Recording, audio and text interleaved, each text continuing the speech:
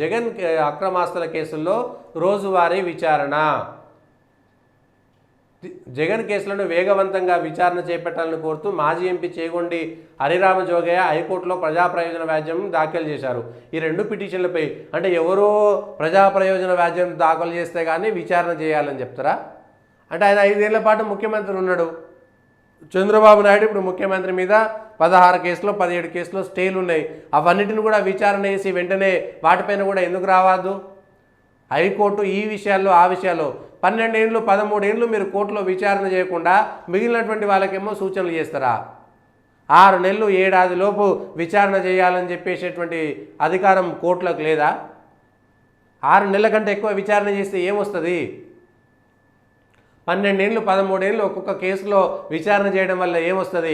ఆయన ముద్దాయి ఉంటాడు, రేపు పొద్దుగాల ఆయన దోషి అని తేలిన తర్వాత 5 ఏళ్ల పాటు ముఖ్యమంత్రి ఉన్న తర్వాత ఏం లాభం ఆయన?